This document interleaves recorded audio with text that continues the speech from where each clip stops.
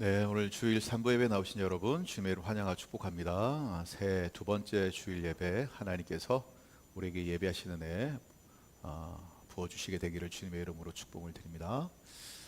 우리 오랜만에 우리 장을근 집사님, 심상희 집사님 오셨는데 환영하고 축복하고요. 앞으로 자주 뵙기를 바랍니다.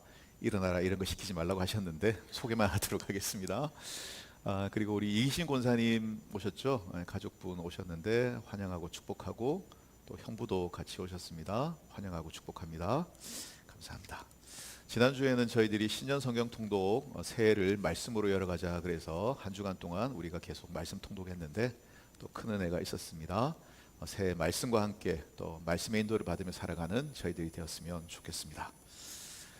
미국의 어느 병원에서 하는 실험을 했습니다. 임종을 앞둔 말기암 환자들을 대상으로 실험을 했는데요. 어떤 실험을 했느냐면 임종 직전의 몸무게하고 임종 직후의 몸무게를 쟀는데 미세한 차이가 있더라는 겁니다. 임종 직후의 몸무게를 다시 재보니까 몸무게가 28g이 줄어들더라는 거예요. 딱 숨을 거두는 그 순간에. 그래서 거기 병원에서 뭐라고 해석하냐면 이게 영혼의 무게다. 이분이 돌아가시는 순간 영혼이 빠져나가서 28g 줄었다 이렇게 얘기했습니다. 그 얘기를 듣고 스웨덴의 어떤 연구팀이 또 우리가 더 정밀한 기계로 조사를 했다 그러면서 우리가 조사해 보니까 임종 직후의 몸무게가 21g, 21.26g이 줄어들더라 그렇게 얘기하면서 영혼의 무게는 21g이다 이렇게 얘기를 했다고 합니다. 여러분 28g이 됐던 21g이 됐던 그게 우리 영혼의 가치로 평가받지 않았으면 좋겠습니다. 무게는 얼마 되지 않지만 우리 영혼의 가치가 28g짜리는 아닐 거라는 생각이 듭니다. 물론 영혼의 무게를 잰다는 자체가 물리적으로 잰다는 것 자체가 영적인 것인데 난센스라고 생각이 들지만 여러분 영혼의 가치는 그것보다 훨씬 더 소중한 것이겠죠. 오늘 본문을 보면 예수님이 생각하시는 영혼의 무게가 나옵니다. 예수님은 한 영혼의 무게를 얼마나 무겁게 생각하셨는지 예수님 한 영혼의 가치를 얼마나 소중하게 생각하셨는지가 오늘 본문에 나오는데 그걸 저희들이 오늘 좀 살펴봤으면 좋겠습니다. 오늘 본문은 마가복음 5장인데요. 5장에서 거라사 데가볼리 지역에 귀신 들려서 무덤에 살고 있는 한 사람을 예수님이 고쳐주시는 얘기입니다. 근데 이 에피소드, 이 사건 앞뒤를 보시면 5장 1절 앞부분 4장 마지막 절에 보시면 어떤 이야기가 있습니까? 예수님이 날이 저물매 배 타고 건너편으로 건너가자 풍랑이 일고 바람이 치고 비바람이 부는데 굳이 강을 건너 바다를 건너서 데가볼리로 가는 그 장면이 나오고 그리고 나서 오늘 본문에 귀신 들린 사람을 고쳐주는 얘기가 나오고 귀신 들린 사람을 고쳐준 다음에 어떤 일이 납니까? 바로 땀 볼일 보지 않고 배 타고 다시 돌아가십니다. 여러분 이게 여러분 뭘 얘기하겠습니까? 예수님이 그때 당시만 해도 가장 분주하고 바쁘신 분이고 스케줄이 많으신 분인데 왜 예수님이 굳이 배 타고 풍랑을 뚫고 강 건너 바다 건너까지 가셨다가 귀신 들린 사람 한 사람만 만나고 돌아오셨냐는 거예요. 성경을 보면 다른 용건이 없어요. 다른 스케줄이 없어요. 왜 바다를 건너 가셨느냐? 다른 이유가 없어요. 귀신 들린 한 사람 만나 주시려고 배 타고 가셨다가 다시 배 타고 오셨다는 거예요. 이걸 보면 사람들이 뭐라고 얘기하냐면 예수님 왜 이렇게 시간 관리를 못 하십니까? 예수님 왜 이렇게 비생산적으로 사역을 하십니까? 지금 예수님을 찾는 사람이 얼마나 많은데 왜 그렇게 시간을 엉뚱한 데 보내시고 쓸데없는 사람 하나 만난다고 지금 고관 대작들도 기다리고 있고 수많은 군중들이 기다리고 있는데 전도의 기회를 놓치십니까? 왜 비효율적으로 사역하십니까? 라고 말하는 사람들도 있었을 것 같아요. 그런데 여러분 예수님의 관심은 어디에 있습니까? 한 영혼에 관심을 갖고 계시다라는 거예요. 버림받은 한 사람, 잊혀진 한 사람의 영혼을 만나시기 위해서 굳이 배 타고 건너가셨다라는 거예요. 그래서 그걸 오늘 3절은 어떻게 얘기하느냐 하면 예수님이 배에서 내리시고 귀신 들린 사람은 무덤 사이에서 나와서 예수님 배에서 나오고 귀신 들린 사람은 무덤에서 나와서 만나니라. 한 영혼을 향한 예수님의 관심을 오늘 본문이 우리에게 강조해서 보여주고 있다라는 겁니다. 한 영혼을 향한 관심, 이게 여러분 예수님의 사역 방식이었다라는 겁니다. 근데 거기에 대해서 귀신 들린 사람, 그 안에 있는 귀신이 이의 제기를 하죠. 예수님의 그 방법에 대해서 얘기 시작합니다. 뭐라고 얘기합니까? 지극히 높으신 하나님의 아들 예수여, 당신과 내가 무슨 상관이 있습니까? 무슨 상관이냐? 당신은 높은 곳에 계시고 나는 낮은 곳에 있는데 당신하고 나하고 아무 접점이 없다는 거예요. 영어 성경에 보면 비즈니스, 당신과 나하고 무슨 비즈니스가 있습니까? 당신과 나하고 무슨 사업적인 무슨 접점이 있습니까? 라고. 아무것도 없습니다. 이렇게 귀신이 얘기하는 장면이 나온다. 왜 나 같은 사람한테 신경 쓰십니까? 아무도 신경 쓰지 않는 사람, 잊혀진 사람, 버림받은 사람인데 왜 예수님 찾아와서 귀찮게 하십니까? 왜 간섭하십니까? 바보같이 라고 귀신이 예수님한테 얘기를 했다는 거예요. 그런데 여러분, 예수님 어떻게 하셨다고요? 거기에 대해서 예수님 대답하세요. 뭐라고 대답하시냐 아십니까? 내 이름이 무엇이냐라고 물어보셨어요. 아무 상관없는데 왜 간섭하십니까? 하니까 예수님이 네 이름이 무엇이냐라고 물어보셨어요. 여러분, 이름을 물어본다라고 하는 것은 무슨 뜻입니까? 내가 너와 상관이 있다는 얘기잖아요. 내가 너에게 관심이 있다는 얘기잖아요. 너의 고민을 내가 듣고 싶다. 너에게 문제가 무엇인지 내가 듣고 싶다. 나는 지금 너에게 관심 있다. 그 말씀을 하시는 거죠. 네 이름이 뭐냐? 한 영혼을 향해서 이름을 물어봐 주시는 거예요. 이 사람 이름이 없는 사람이야. 무덤 사이에 귀신 들린 정신병자, 귀신 들린 자이지 이름을 잃어버린 사람이야. 근데 그 사람에게 예수님 이름을 물어보신다. 그랬더니 귀신 들린 자가 뭐라고 여러분 대답합니까? 내 이름은 군대니 이는 우리가 많음이니이다. 군대는 여러분 레기온인데 로마의 군대 편제를 얘기합니다. 우리식으로 말하면 사단이에요. 로마의 군단 사단을 얘기하는 거예요. 여기는 4, 5천 명의 보병과 6, 700명의 기병으로 형성된 군대 단위가 레기온이라는 거예요. 숫자가 많다는 거예요.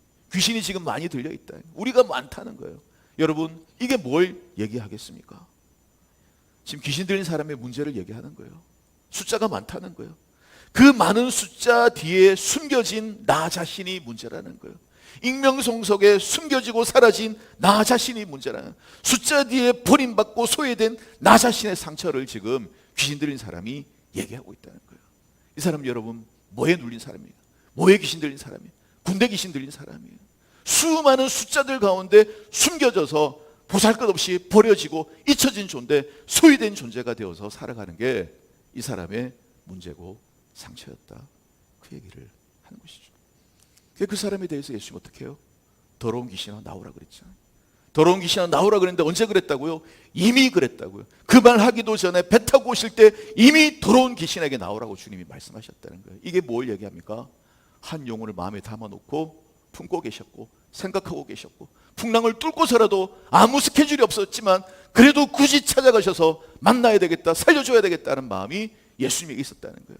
당신과 내가 무슨 상관이 있습니까? 예수님 정신 차리세요. 효과적으로 사역하세요. 그렇게 귀신이 얘기하는데 예수님 뭐예요? 아니다. 나와 상관이 있다는 거예요.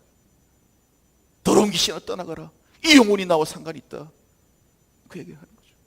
여러분, 이게 예수님의 방식이었다라는 것입니다. 여러분, 예수님은 한 영혼에 대하여 열심을 갖고 계시고 한 영혼에 대하여 관심이 있으셨습니다. 베드로 얼마나 약점 많은 혈기 많은 사람입니까? 근데 예수님 기다려주시고 그 사람 품어주었을 때 사도가 되었습니다. 보아너게 우리의 아들 요한, 성질머리가 하도 불같아서 보아너게 우리의 아들이라 그랬는데 예수님 끝까지 지키고 품어주시니까 사랑의 사도로 바뀌는 것을 우리들이 볼 수가 있잖아요. 세리마태, 사람들에게 손가락질 받고 아무도 그 사람과 친해지지 않으려고 하는 버림받은 마태, 그 마태의 집에 가서 예수님 식사하시고 대화하시고 그와 친구가 되어주시니까 세리 마태가 제자 마태로 바뀌는 역사가 일어나지 않았느냐라는 거예요. 한 사람에게 집중하실 때 변화가 일어나게 되더라라는 겁니다. 여러분, 저는 이것이 우리 인생의 행복의 비결이라고 믿습니다. 여러분, 숫자가 많고 적고 이 문제가 아니라 우리가 한 영혼 사랑할 때, 한 영혼에게 집중할 때 우리에게 하나님 예비하신 기쁨과 행복의 비밀을 우리들이 누릴 수 있게 되리라고 저희들이 그렇게 믿습니다. 여러분, 예수님의 관심은 예수님 때문에 병자가 고침 받았잖아요. 정신이 온전해져서 이 사람이 옷을 입고 앉아 있었다 그랬습니다. 귀신이 떠나갔습니다. 귀신이 돼지떼 2,000마리에 들어가서 돼지떼 2,000마리가 죽고 이 귀신 들린 사람이 회복이 됐어요. 근데 여러분, 세상 사람들이 어디에 관심이 있습니까? 이 귀신 들린 사람이 회복되고 살아나는 데는 관심이 없어요. 뭐에 관심 있죠? 돼지떼 2,000마리에 더 관심 있는 거예요. 이게 여러분 우리들이 사는 현실이다라는 거예요. 그 예수님 우리에게 말씀하세요. 돼지떼 2,000마리보다 이 한 사람이 중요하다는 거예요. 지금 너희들이 효율과 숫자에 매몰되고 있는데 그 숫자 뒤에 보이지 않는 하나님의 은혜와 사랑을 너희들이 발견해야 된다. 그 얘기를 하는 거죠. 여러분, 돼지떼가 얘기하는 건 뭡니까? 그건 경제적인 이익을 얘기하는 겁니다. 거기 데가볼리는 이방인 지역의 헬라 사람들이기 때문에 돼지 키웁니다. 그 돼지 다 어떻게 합니까? 로마 군대가 주둔하니까 로마 군대에 음식 납품할 때 돼지고기 납품한 거예요. 돈이에요. 경제적인 이득이에요. 그 경제적인 이득과 그 크기가 한 영혼이 살아난 거에는 관심을 가지지 않고 그 숫자에만 매몰되고 관심 갖게 만든다는 거예요. 돼지떼, 큰 떼, 숫자에 압도당하는 우리들의 현실을 보여주고 있습니다. 여러분, 이 시대는 어떤 시대죠? 생산성을 강조하는 시대고 효율을 강조하는 시대이고요. 이익을 극대화시키기 위해서 비용을 줄이라고 말하는 그런 시대. 그런 시대의 풍조에 우리들이 눈이 가려서 놓치는 게 뭡니까? 한 영혼의 가치를 잃어버리고 한 영혼의 무게를 우리들이 잃어버릴 때가 많다라는 것입니다. 근데 주님 우리에게 오늘 말씀을 통해서 말씀하세요. 예수님 비생산적인 일 하시잖아요. 쓸데없는 시간 낭비하고 계시잖아요. 근데 그것보다 영혼의 가치가 중요하다라고 하는 것을 우리에게 말씀하고 있습니다. 저는 가끔 뉴스 보다가 나 자신을 돌아볼 때가 있어요. 어디 홍수가 나서 100명, 200명, 300명 죽었다. 지진아 1,000명, 2,000명 죽었다. 근데 그런 얘기 들을 때 덤덤해지는 거예요. 숫자만 들을 때는 그게 실감으로 와닿는 거예요. 1,000명이 죽었든 10,000명이 죽었든 20,000명이 죽었든 충격이 많이 안 와요. 똑같은 거예요. 왜요? 숫자 뒤에 있는 한 사람 한 영혼을 보지 못하기 때문에 숫자에만 가려져 가지고 안 보이는 거예요. 근데 그 한 영혼의 사연에 대해서 그 한 영혼의 스토리에 대해서 내가 관심을 갖고 알게 된다면 덤덤하게 지나가지는 못할 거다. 예수님은 오늘 우리에게 그 얘기를 하고 있는 거죠. 그래서 저도 목회를 잘 못하지만 제 목회에는 나름대로 원칙이 있어요. 낮은 데로 간다. 소외된 데로 간다. 제일 약한 데로 간다. 그게 나름대로 제 원칙이에요. 저도 효과적으로 일하고 싶죠. 할 일이 많죠. 근데 어떤 걸 선택하느냐 하면 가장 힘든 데를 선택하고 가장 어려운 데를 선택하고 가장 외롭고 슬픈 데를 선택해요. 그래서 저는 다른 건 몰라도 장례식장을 열심히 찾아다녀요. 장례식도 저는 목사님들이 그냥 예배만 드리고 오는 게 아니라 저 끝까지 갑니다. 입관이고 발인이고 하관이고 화장터에도 가고요. 낙골당도 가고요. 끝까지 다 쫓아갑니다. 그 다음날 설교해야 되는데 설교 준비 안 돼서도 전라도 충청도 어디든지 갑니다. 무조건 갑니다. 왜? 가장 슬픈 사람이 거기 있으니까. 이건 효과를 따지고 생산성을 따지고 그게 아니잖아요. 가장 힘들고 슬픈 사람 곁에 무조건 내가 있어줘야 되겠다. 그 사람들이 원하든 원치 않든 좋아하든 좋아하지 않든 함께 있어줘야 되겠다. 그게 제 목회 원칙. 아픈 분이 있으면 요즘 병원 가기 힘든데 어쨌든 가서 만나서 기도하려고 해요. 전에 코로나 걸렸는데 기도해달라고 그러더라고요. 부목사님 안 들어오고 밖에 있더라고요. 그래서 저 혼자 들어가서 기도하고 왔어요. 그랬더니 좀 좋아진 것 같아요. 또 와서 기도해달라고 했어요. 또 혼자 들어가서 기도했어요. 이게 예수님의 마음이에요. 한 영혼을 향한 예수님의 마음이 거기에 있다는 거예요. 여러분, 어떤 신학자가 얘기했어요. 예수님이 온 세상을 위하여 십자가를 지셨다. 정확하지 않다. 더 정확한 말은 뭐냐면 예수님이 날 위해 죽으셨다가 더 정확하다는 거예요. 여러분, 예수님이 만약에 이 세상의 모든 사람들이 다 없어지고 이 땅에 나 하나만 남아 있어도 예수님은 나 하나를 위해서 십자가를 지고 죽으셨을 거예요. 이게 여러분 우리를 향하신 예수님의 마음이신 것을 여러분 믿으시게 되기를 주님의 이름으로 축원을 드립니다. 예수님은 여러분 하나가 온 세상인 것처럼, 여러분 하나가 온 세상의 전부인 것처럼 우리를 사랑해 주셨습니다. 예수님이 개인적으로 나를 만나주시고 1대1로 나를 만나주시고 그리고 지금도 나를 그렇게 사랑해 주시기 때문에 우리가 오늘 이 자리에 있는 줄로 믿습니다. 어떤 사람 얘기합니다. 수십억 인구 중에 그 많은 사람 예수님 다 돌봐야 되는데 예수님 내 기도 들을 틈이 있겠냐고, 분주하고 바쁜데 내 기도까지 신경 쓰시겠냐고, 나 같은 인간까지 예수님 신경 쓰시겠느냐라고 그렇게 의심하는 사람들도 있지만 예수님은 바로 그 사람이 여러분이 온 세상인 것처럼, 이 세상의 전부인 것처럼 여러분을 대하시고 사랑하신다는 거예요. 그 사랑 때문에 우리가 살고 있는 것이죠. 여러분, 예수님에게서 언제 기적이 일어납니까? 예수님이 복음서 보면 기적이 언제 일어나죠? 예수님이 한 사람에게 집중할 때 기적이 일어났습니다.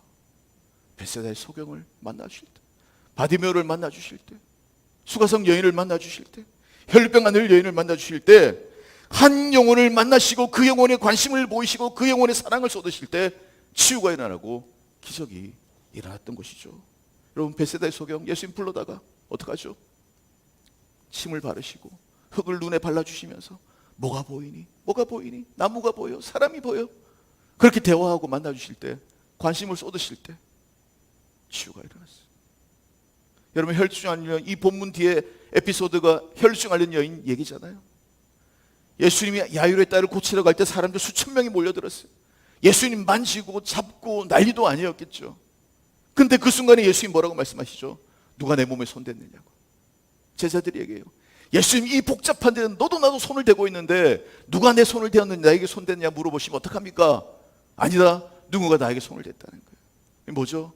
그 수천 명의 사람 중에 예수님 한 사람에게 집중하신 거예요. 지금 12년 동안 혈류증으로 아파 죽어가는 여인, 예수님 없으면 살지 못하겠다고 간절한 마음으로 예수님의 몸에 손댄 한 여인의 손길을 예수님이 기억하시고 누가 내 몸에 손을 댔느냐 불러내시고 네 믿음이 너를 구원하였다라고 말씀하실 때 치유가 일어나고 회복이 일어났다. 다윗의 자손 예수여 나를 불쌍히 여기소서 외칠 때, 수천 명의 군중이 지나갈 때 그 소리가 들지도 않을 때 길가에서 버려지고 소외된 한 소경이 예수님의 이름을 부를 때 예수님 외면하지 않고 그 영혼을 만나주셨을 때 그 영혼의 눈이 열리는 역사가 나타난 것이죠.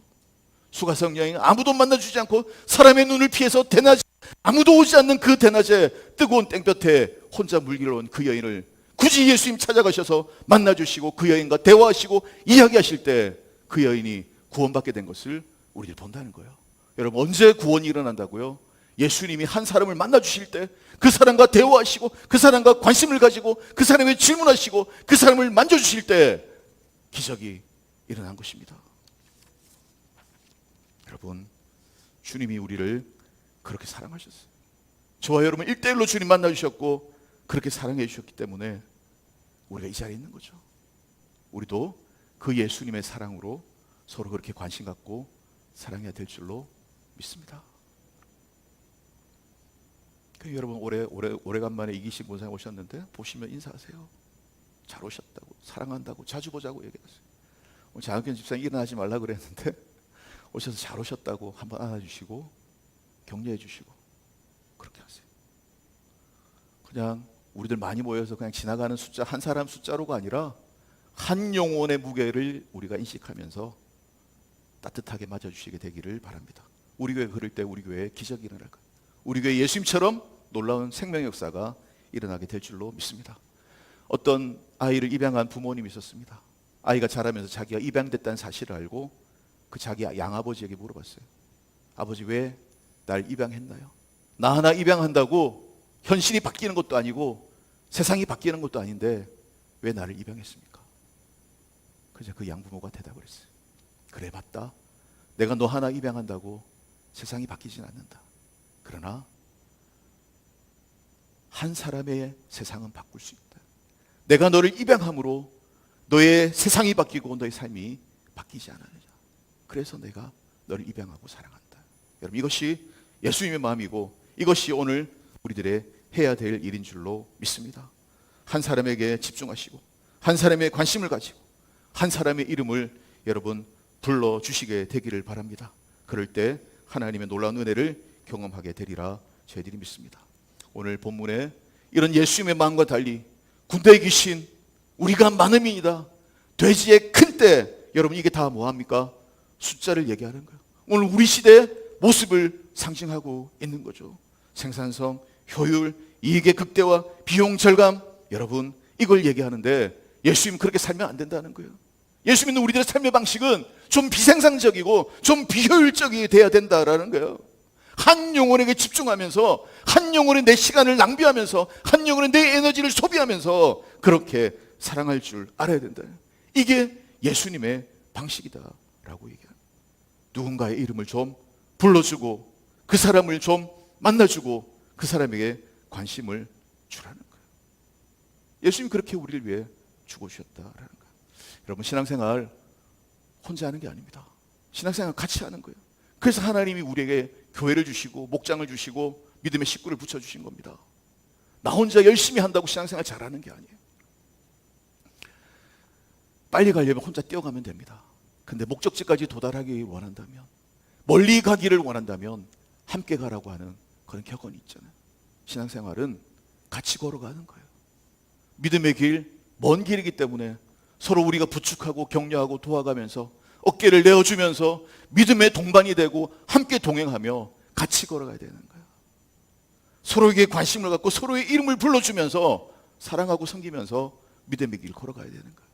그래서 하나님 우리에게 교회를 주신 거예요. 신앙생활은 같이 하는 것이라는 것을 여러분 기억하실 수 있기를 주님의 이름으로 축원을 드립니다. 그래서 여러분 새해 우리 교회가 제자 1:1 제자 양육을 하려고 합니다. 그래서 제자훈련 열심히 하는 교회 목사님들, 목회 열심히 하는 목사님들하고 제가 물어보고 상담했어요. 우리 교회도 1:1 제자훈련 해야 되겠다. 지금 목장이 세워지고 하는데 헌신된 목자가 일어나지 않으면 목장이 유지되기가 어려울 것 같고 배가 하기 어려울 것 같다. 시간이 걸리더라도 헌신된 제자가 일어나야 되겠다.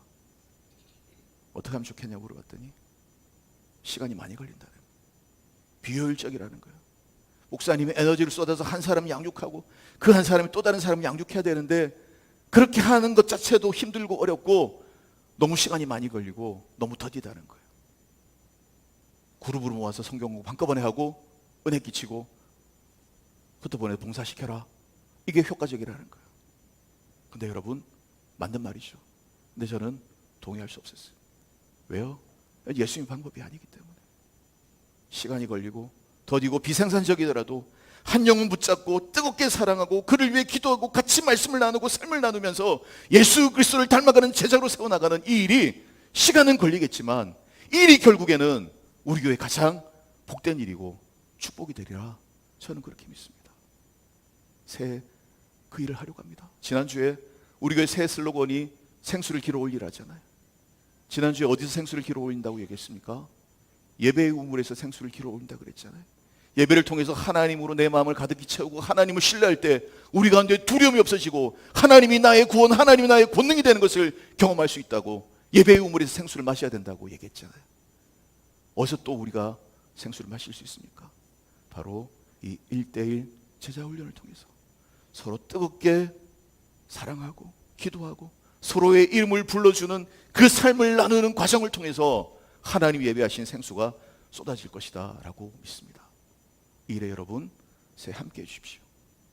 많은 일은 못하고 더디게 천천히 가겠지만 결국 여기서 샘이 터져 나오고 생명의 역사가 일어나게 되리라고 믿습니다. 이 일에 여러분 함께 해주시기를 부탁드립니다.